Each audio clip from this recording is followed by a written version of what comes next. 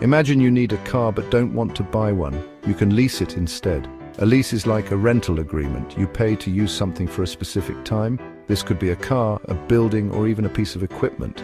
Leases are everywhere in the business world. Companies lease office space, machinery, and vehicles all the time. It's a flexible way to get what they need without a huge upfront cost. Before 2019, companies in India and many other countries followed old accounting rules for leases. These rules made it tricky to understand a company's true financial position. IFRS 16 came in to simplify things and make financial reporting more transparent. It's like cleaning a messy room. Everything is easier to find.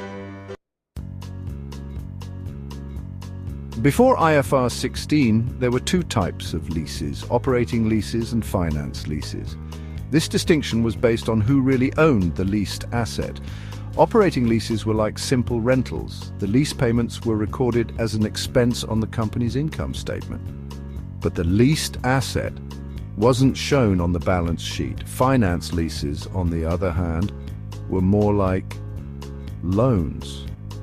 The leased asset was recognized on the balance sheet along with a corresponding liability for the lease payments.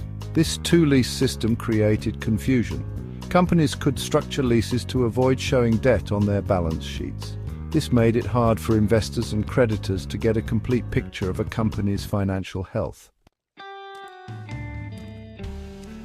IFRS 16 changed the game. It introduced a single model for lessee accounting. Now, almost all leases are treated like finance leases. This means that companies must recognize a right-of-use asset and a lease liability on their balance sheets for most leases. The right-of-use asset represents the company's right to use the leased asset.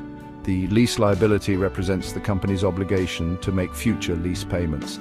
Let's say a company leases a factory for 10 years. Under IFRS 16, this lease would result in both an asset and a liability being recognized on the company's balance sheet.